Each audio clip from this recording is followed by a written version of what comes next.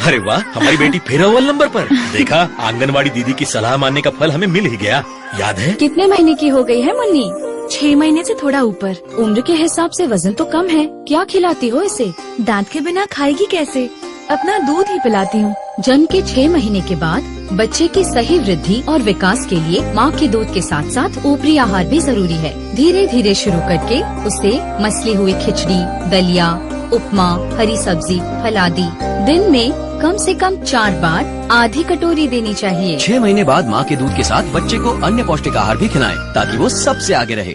अरे यार, फिर पिट गया। बिल देना। इसको आउटसाइड द ऑफ टाइम डालना चाहिए था। इसकी यही प्रॉब्लम है। कब से? जब से क्रिकेट खेल रहा है तभी से। अरे भाई साहब, क्रिकेट की नहीं हो, आपकी खांसी की बात कर रहे हैं बुड़बक। खांसी? हाँ। इसको तो 1 आध महीना हो गया। खुद की खांसी को 1 आध महीने हो गए हैं और यहाँ क्रिकेट पर अपने ही गुगली फेंक रहे हैं आप। चलिए चलिए चलिए। डॉक्टर, खांसी तो है। देखिए भाई साहब, इसे हल्का मत लीजिए। 2 हफ्ते से ज्यादा अगर आपको खांसी रहे तो टीबी हो सकता है। टीबी? हाँ, तुरंत डॉक्टर से मिलिए और बलगम की जांच कराइए। ठीक है। टीबी किसी को भी हो सकता है। अगर हो गया तो बिना भूले पूरा कोर्स करिए और फिट हो जाइए। नहीं किया तो इसका इलाज बहुत मुश्किल है। समझ गए भाई साहब आप? आइए। 2 हफ्ते से ज्यादा खांसी, तुरंत डॉक्टर से मिलिए और बलगम की जांच कराइए। टीबी हारेगा, देश जीतेगा। रेडियो गूंज FM 90 मेगाहर्ट्ज से राजेश बोल रहा हूं। कैसे हैं आप सब? कार्यक्रम सेहत सही लाभ कई आप सुन रहे हैं। इसमें स्वास्थ्य से संबंधित बातें की जाती हैं। अगर कोई विकार है तो हम उसको दूर करने की बातें करते हैं। इसमें हम ट्यूबरकुलोसिस, टीबी पर बातें करते हैं, फाइलेरिया पर भी बातें की, गर्भवती महिलाओं के खान पान यानी जच्चा और बच्चा की सुरक्षा की भी बात की, ब्रेस्ट फीडिंग की भी बात की। अब आज जो है ना, विश्व स्वास्थ्य दिवस है। आइए इस खास मौके पर सुनते हैं कार्यक्रम सेहत सही लाभ कई का ये एक विशेष अंक। अरे आज कोई खास दिन है क्या? आज सारे आयुष्मान आरोग्य मंदिर चिकित्सा केंद्र सजे हुए हैं। अरे भला तुम कैसे भूल गई? आज का दिन तो सबसे खास है। आज विश्व स्वास्थ्य दिवस है। ओह, मैं तो बिल्कुल ही भूल गई। हमें भी तो सीएमओ साहब ने निमंत्रण दिया है। कितनी बेवकूफ हूँ मैं, बिल्कुल भूल ही गई थी। आज तो सेहतिया भैया और टीकन भाभी दोनों बिजी हैं। हाँ भाई, आज का प्रोग्राम हमें और तुम्हें ही करना है, इसलिए मैंने अच्छे से रिसर्च भी कर ली है। तुम सोचते हो कि मैंने तैयारी नहीं की है? अब इतने हफ्तों से हम ये कार्यक्रम सेहत सही लाभ कई कर रहे हैं, तो क्या मुझे जानकारी नहीं होगी? तो चलो जरा तुम्हारा टेस्ट ले लेती हूँ। ये बताओ कि विश्व स्वास्थ्य दिवस कब से मनाया जा रहा है? विश्व स्वास्थ्य दिवस जो हर साल 7 अप्रैल को मनाया जाता है। इस दिन 1948 में विश्व स्वास्थ्य संगठन यानी WHO की स्थापना हुई थी। ये दिन वैश्विक स्वास्थ्य मुद्दों के बारे में जागरूकता बढ़ाने और सरकारों, स्वास्थ्य संस्थानों, नागरिक समाज और व्यक्तियों के बीच कार्रवाई को संगठित करने के लिए एक मंच के रूप में कार्य करता है। अरे वाह, बिल्कुल सही। तुम्हें फिर ये भी पता होगा कि हर साल इस दिन एक खास थीम चुनी जाती है जो उन प्रमुख स्वास्थ्य समस्याओं की ओर ध्यान खींचती है जिनसे उस दौरान दुनिया जूझ रही होती है।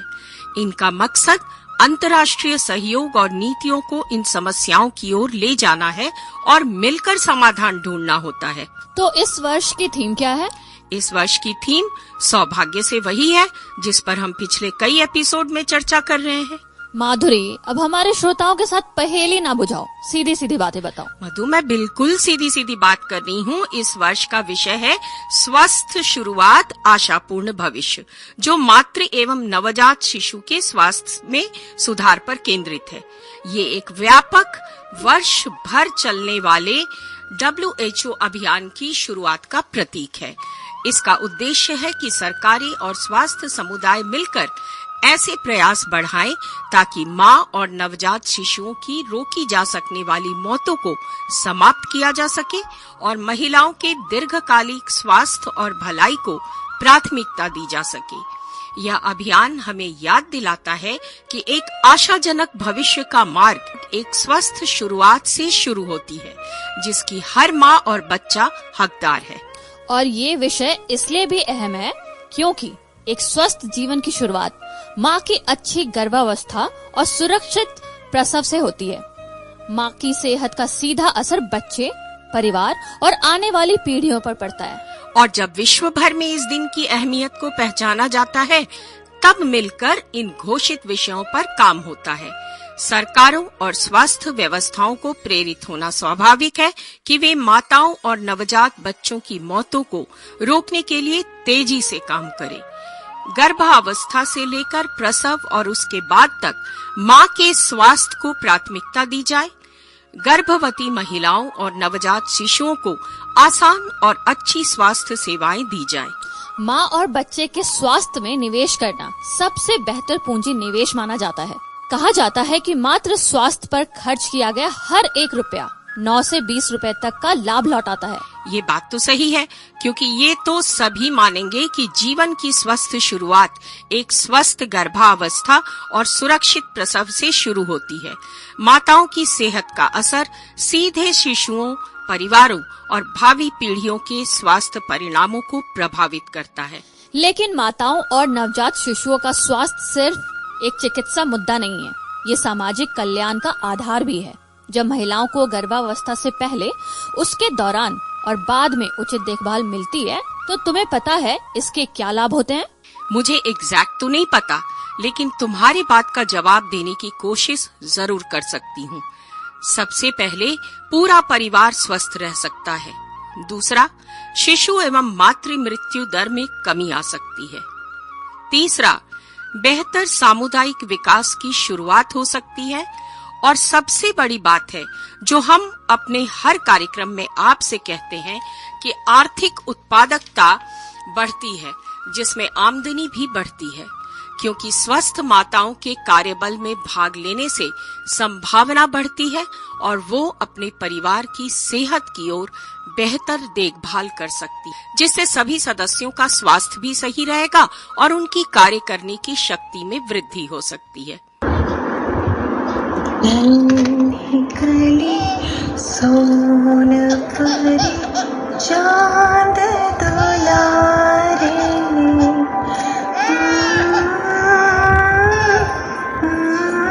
पानी तो पिला दो। 6 महीने तो होने दे। दूध पिए रोज। रुक जा, पहले 6 महीने तो होने दे। उसमें क्यों नहीं? क्योंकि 6 महीने से पहले कुछ और खिलाया पिलाया तो हो जाएगा दस्त। 6 महीने तक सिर्फ मम्मी का ही दूध समझी। अरे वाह। बच्चे की सलामती, अच्छी सेहत और मस्तिष्क के पूर्ण विकास के लिए स्तनपान बहुत ही जरूरी है। आइए हम सब मिलकर अपने बच्चों को एक बेहतरीन शुरुआत दें। स्तनपान के लिए पूर्ण सहयोग दें। अच्छा, क्या तुम्हें मालूम है कि विश्व स्वास्थ्य संगठन द्वारा जारी किए गए आंकड़ों के अनुसार गर्भावस्था महिलाओं और नवजात का स्वास्थ्य काफी चिंताजनक है? हाँ, मैंने भी ये आंकड़े देखे हैं। हमारे श्रोता भी इन आंकड़ों को सुनकर हैरान हो जाएंगे। दोस्तों, दुखद बात ये है कि मौजूदा आंकड़ों के अनुसार हर साल करीब 3 लाख महिलाएं गर्भावस्था या प्रसव के कारण अपनी जान गंवा देती हैं। वहीं 10 लाख से अधिक नवजात शिशु अपने जीवन के पहले महीने में दम तोड़ देते हैं और करीब 20 लाख शिशु जन्म से पहले ही मृत हो जाते हैं। यानी लगभग हर 7 सेकंड में एक रोकी जा सकने वाली मौत होती है। दुनिया भर के अनुभव बताते हैं कि किसी भी देश की प्रगति तभी संभव है जब मातृ एवं नवजात मृत्यु को रोका जा सकता है। ये निवेश केवल जीवित रहने के लिए ही नहीं है, बल्कि महिलाओं और उनके बच्चों के लिए उज्जवल और आशावादी भविष्य सुनिश्चित करने के लिए है। इसलिए महिलाओं और लड़कियों को अपने जिंदगी की योजना बनाने और अपने स्वास्थ्य की रक्षा करने का अधिकार होना चाहिए। उनका आत्मनिर्णय और सशक्तिकरण मातृ एवं नवजात मृत्यु को रोकने और सभी के लिए स्वास्थ्य हासिल करने के लिए अनिवार्य है। WHO के अनुसार गर्भावस्था के दौरान कम से कम 8 बार प्रशिक्षित स्वास्थ्य कर्मी से जांच और प्रारंभिक अल्ट्रासाउंड सहित उच्च गुणवत्ता वाली सेवाएं सभी महिलाओं के लिए आवश्यक है। आंकड़े बताते हैं कि करीब 70% मातृ मौतें सीधे कारणों जैसे भारी खून बहना और प्री एक्लेम्पेसिया के कारण होती है। ये ज्यादातर डिलीवरी के समय या तुरंत बाद होती है। इसलिए जरूरी है कि हर महिला को प्रसव के दौरान प्रशिक्षित स्वास्थ्य कर्मी और आपात सेवाएं आसानी से मिलें। संक्रामक रोग और पूर्व मौजूदा स्थितियां जैसे एनीमिया, HIV, एड्स, मलेरिया और डायबिटीज लगभग 1/4 मातृ मृत्यु का कारण है। इनके रोकथाम, देखभाल और जल्द पहचान के लिए विशेष प्रयास जरूरी है। माना जाता है कि दुनिया भर में 5 वर्ष से कम उम्र के बच्चों की मौत में लगभग 50% नवजात की मृत्यु होती है। इसका मतलब है हर साल लगभग 24 लाख नवजात शिशु। इसलिए हम फिर से एक बार अपने श्रोताओं को सतर्क कर रहे हैं कि सभी शिशुओं को जन्म के समय और पहले महीने में आवश्यक देखभाल चाहिए, जैसे स्तनपान सहायता, कंगारू केयर, माँ का पहला दूध, संक्रमण से सुरक्षा, सामान्य सांस लेना और सही पोषण। कई नवजात शिशु कमजोर या फिर जन्म तिथि से पहले पैदा हो जाते हैं। अति पूर्व प्रसव और कम जन्म वजन नवजात मृत्यु का प्रमुख कारण है। इन बच्चों को 24x7 अस्पताल देखभाल की जरूरत होती है, जिसके लिए विशेष नवजात देखभाल इकाइयां, त्वरित रेफरल और परिवार के लिए सहायता सरकार ने प्रबंध किया है। महिलाओं के स्वास्थ्य परिवार नियोजन के ऑप्शन का इस्तेमाल करने से भी हो सकता है। लगभग 21.8 करोड़ महिलाएं जिनकी उम्र प्रजनन योग्य है, उन्हें आधुनिक गर्भ निरोधक की आवश्यकता है। इस आवश्यकता को पूरा करने से अनचाही गर्भावस्था और संबंधित जोखिमों में भारी कमी आ सकती है और इसमें पुरुष की भूमिका भी महत्वपूर्ण होती है। सबसे बड़ी बात है कि सेवाएं न केवल सुरक्षित और प्रभावी होनी चाहिए, बल्कि गरिमा, सहानुभूति और सम्मान के साथ दी जानी चाहिए।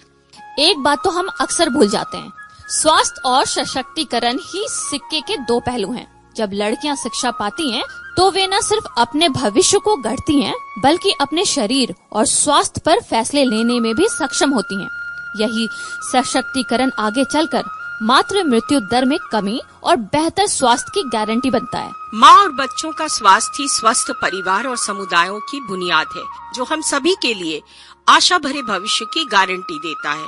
इसलिए भारत सरकार हर स्तर पर लोगों के बेहतर स्वास्थ्य और सुरक्षित भविष्य के लिए लगातार प्रयास कर रही है। क्यों न हम अपने श्रोताओं को सरकार द्वारा चलाई जा रही कुछ स्कीमों की जानकारी दे दें। नेकी और पूछ-पूछ। तो दोस्तों, हालांकि हम आपको इन योजनाओं के बारे में पहले भी बता चुके हैं, लेकिन क्योंकि आज विश्व स्वास्थ्य दिवस है, इसलिए हम एक बार फिर आपको बता देते हैं। सबसे पहले हम बात करेंगे जननी सुरक्षा योजना या JSY के बारे में। यह गरीब गर्भवती महिलाओं को संस्थागत प्रसव यानी अस्पताल में डिलीवरी के लिए आर्थिक सहायता प्रदान करती है। इसका उद्देश्य विश्व स्वास्थ्य दिवस की थीम का सार है, मातृ और नवजात मृत्यु दर को कम करना और हर माँ और शिशु को सुरक्षित व सम्मानजनक स्वास्थ्य सेवाएं दिलाना। एक और योजना जो इसी विषय से जुड़ी है, वो है प्रधानमंत्री मातृ वंदना योजना या PMMVY। इसके अंतर्गत पहली बार गर्भवती महिलाओं को 5,000 की सहायता राशि 3 किश्तों में दी जाती है। इसका मकसद माँ के पोषण और देखभाल में मदद करना है।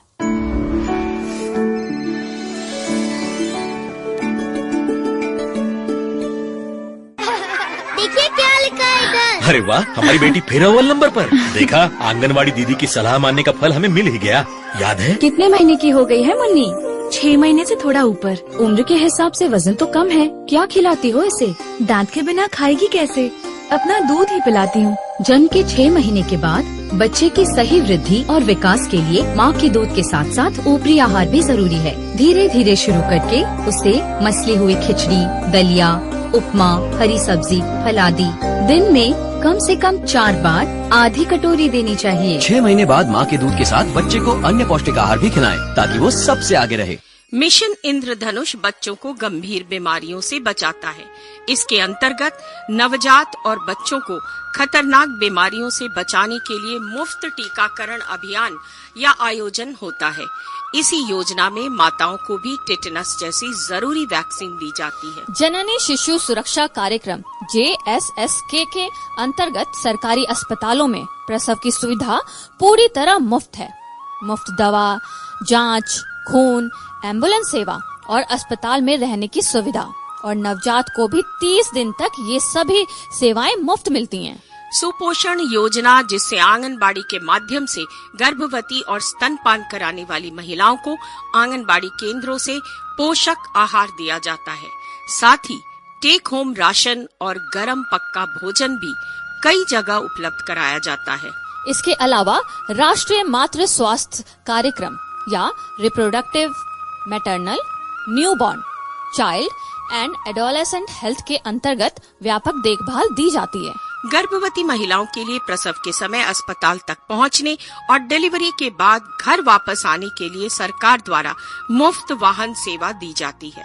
इस सेवा का लाभ 102 नंबर डायल करके लिया जा सकता है। ये एक अच्छा मौका है कि हम आपको आयुष्मान आरोग्य मंदिर या AAM की जानकारी भी दे दें, क्योंकि हमारे द्वारा बताई गई सभी सेवाएं गर्भवती महिलाओं को आपके पास स्थित आयुष्मान आरोग्य मंदिर पर मिल सकती है। ये बहुत बढ़िया आइडिया है। आयुष्मान आरोग्य मंदिर भारत सरकार की एक महत्वाकांक्षी योजना है, जिसका उद्देश्य हर व्यक्ति को नजदीक और मुफ्त प्राथमिक स्वास्थ्य सेवा उपलब्ध कराना है। इस योजना के तहत पूरे देश में 1.5 लाख आयुष्मान आरोग्य मंदिर, जो स्वास्थ्य और कल्याण केंद्र है, खोले जा रहे हैं। इन केंद्रों पर न केवल सामान्य बीमारियों का इलाज होता है, बल्कि निवारक देखभाल, मानसिक स्वास्थ्य, आँख, कान, दांत और आपात स्थिति में प्राथमिक मदद भी दी जाती है। यहाँ मुफ्त दवाइयाँ और जांच सुविधाएं भी उपलब्ध है। इस पहल के 2 हिस्से हैं।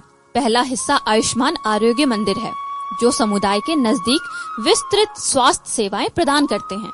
दूसरा हिस्सा है प्रधानमंत्री जन आरोग्य योजना PMJAY, जिसके तहत देश के 10 करोड़ से अधिक गरीब और कमजोर परिवारों को हर साल 5 लाख तक का मुफ्त स्वास्थ्य बीमा दिया जाता है। इससे वे सरकारी और सूचीबद्ध निजी अस्पतालों में गंभीर बीमारियों का इलाज करवा सकते हैं। इन केंद्रों में मातृ एवं शिशु स्वास्थ्य देखभाल सेवाओं के साथ साथ गैर संचारी रोग जैसे डायबिटीज, ब्लड प्रेशर और पुरानी संक्रामक बीमारियां जैसे टीबी और कुष्ठ रोग की पहचान और इलाज भी होता है। यहाँ वे सभी मिलती हैं जो हर व्यक्ति को संपूर्ण और सम्मानजनक स्वास्थ्य देखभाल निःशुल्क दे जाती है। अपने श्रोताओं की सुविधा के लिए मैं एक बार संक्षिप्त में आयुष्मान आरोग्य मंदिर में मिलने वाली सभी सुविधाओं को एक बार फिर से बता देना चाहती हूँ। तो दोस्तों ध्यान से सुनिए। पहला, गर्भावस्था एवं प्रसव के दौरान देखभाल। दूसरा, नवजात और शिशु स्वास्थ्य देखभाल सेवाएं। तीसरा, बाल एवं किशोर स्वास्थ्य देखभाल सेवाएं। चौथा, परिवार नियोजन, गर्भ निरोधक सेवाएं और अन्य प्रजनन स्वास्थ्य देखभाल सेवाएं। पांचवा, संचारी रोगों का प्रबंधन, राष्ट्रीय स्वास्थ्य कार्यक्रम। छठा, सामान्य संक्रामक रोगों का प्रबंधन और तीव्र साधारण बीमारियों और छोटी बीमारियों के लिए सामान्य बाह्य रोगी देखभाल। सातवां, गैर संचारी रोगों और टीबी और कुष्ठ रोग जैसी दीर्घकालिक संचारी बीमारियों की जांच, रोकथाम, नियंत्रण और प्रबंधन। आठवां, बुनियादी मौखिक स्वास्थ्य देखभाल। नौवां, सामान्य नेत्र और ENT समस्याओं की देखभाल। 10वां, बुजुर्ग और उपशामक स्वास्थ्य देखभाल सेवाएं। 11वां, आपातकालीन चिकित्सा सेवाएं। 12वां, मानसिक स्वास्थ्य बीमारी की जांच और बुनियादी प्रबंधन। तो दोस्तों, जब सरकार आपके लिए इतनी सारी सुविधाएं मुफ्त दे रही है, तो क्या आपका फर्ज नहीं बनता कि आप अपने और अपने परिवार की सेहत की जिम्मेदारी खुद लें, अपने स्वास्थ्य को प्राथमिकता दें। सेहत सही रहेगी तो लाभ भी आपको ही मिलेंगे। सोनू के घर पे चाय के कप से ज्यादा इनाम में जीते हुए कप है। घर का हर एक कोना गवाह है उसकी काबिलियत का, उसके जुनून का, और शायद उसके इरादों पर लगने वाली उस धूल का।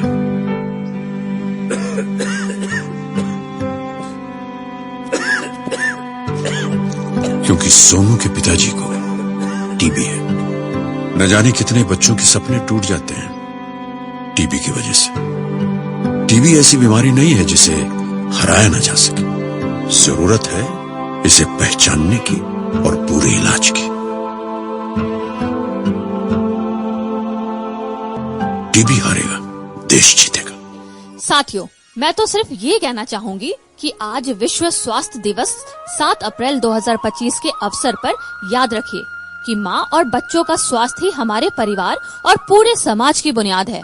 जब माँ और नवजात शिशु स्वस्थ होंगे तभी परिवार में खुशी होगी और तभी हम सबका भविष्य भी सुरक्षित और आशा से भरा होगा। तो सेहतमंद रहिए, खुश रहिए और सुनना मत भूलिए सेहत सही लाभ कई, सिर्फ आपके अपने सामुदायिक रेडियो गूंज पर।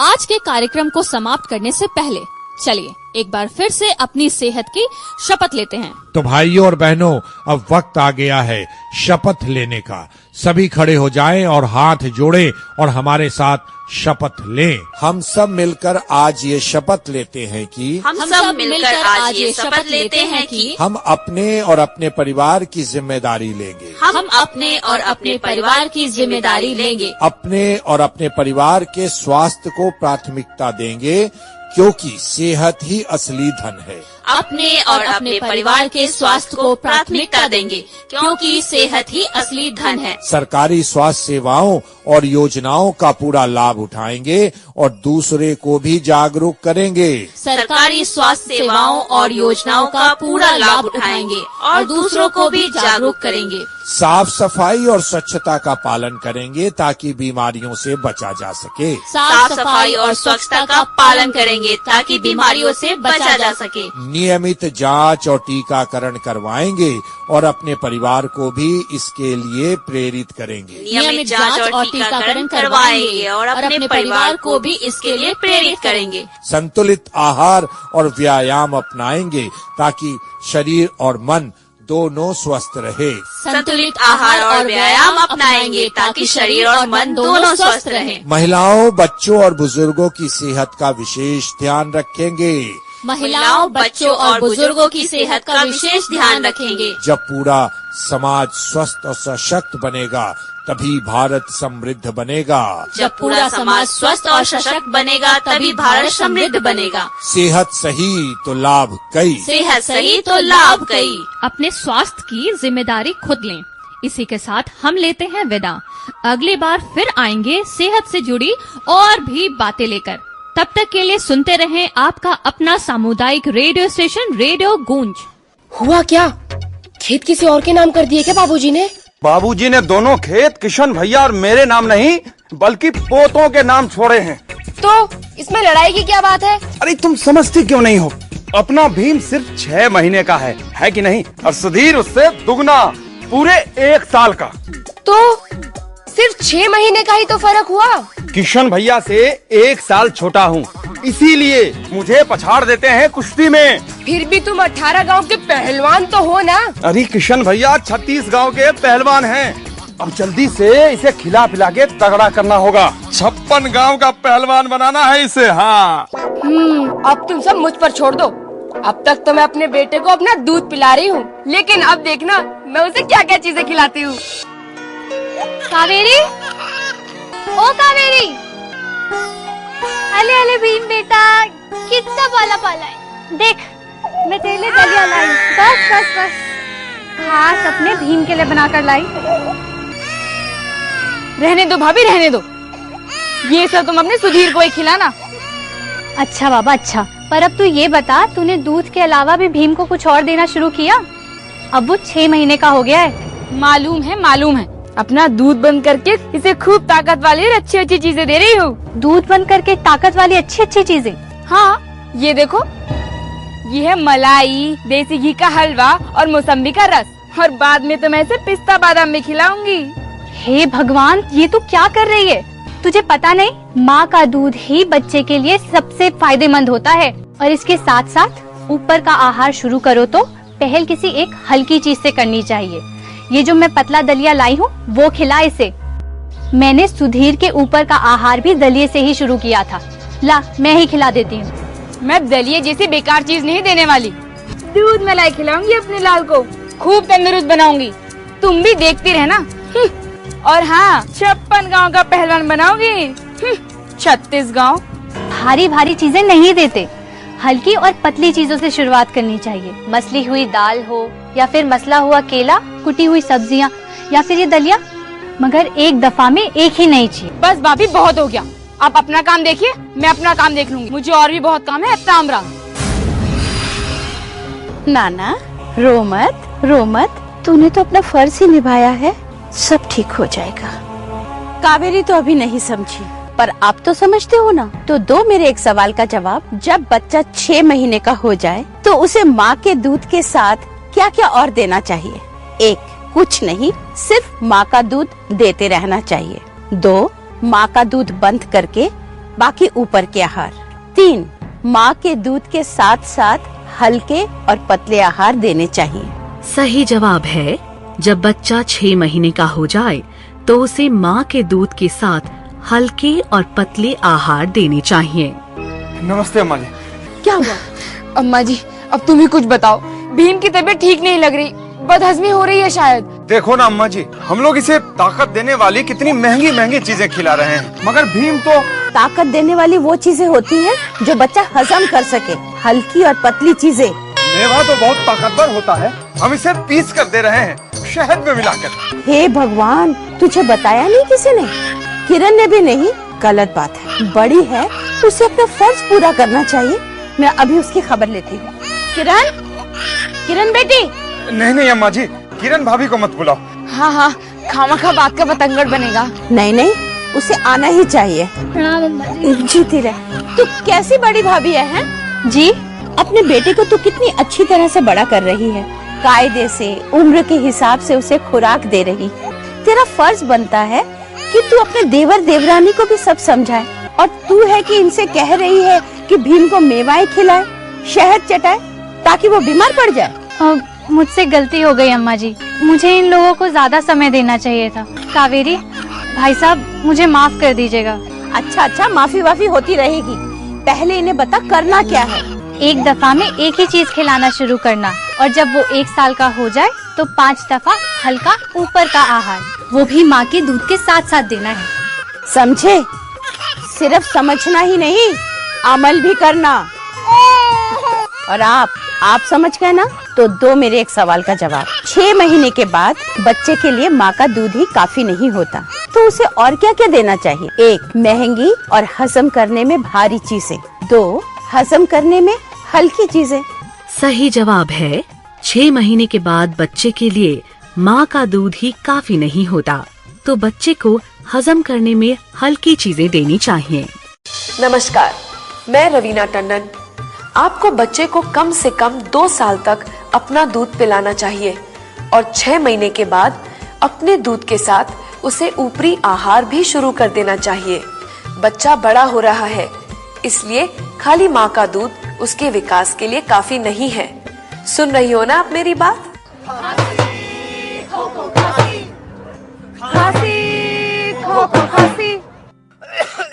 खांसी 1, खांसी 2, खांसी 3, बच गई भैया देश की बीन। टीबी के कारण को जानो, खांसी हो तो मुंह ढककर खांसो।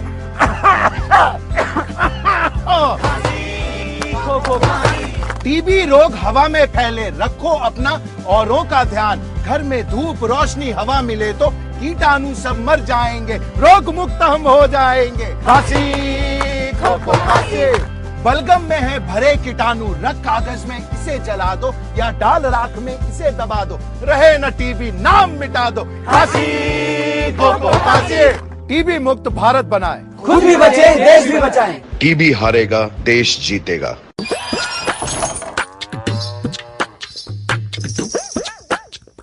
है अकेली, चल सहेली, जान के रहना है। देखो कितनी प्यारी, आय हाय, जाने क्या खाए, यूं बढ़ती जाए। देखो 6 महीने में होगा माँ का दूध ही। ना रे ना, जरूर खाए कुछ और भी। कुछ और? वो भी 3-3 बार। जान के ही जाएंगे इस बार। दीदी चावल का माड़ या फिर दाल का पानी? ध्यान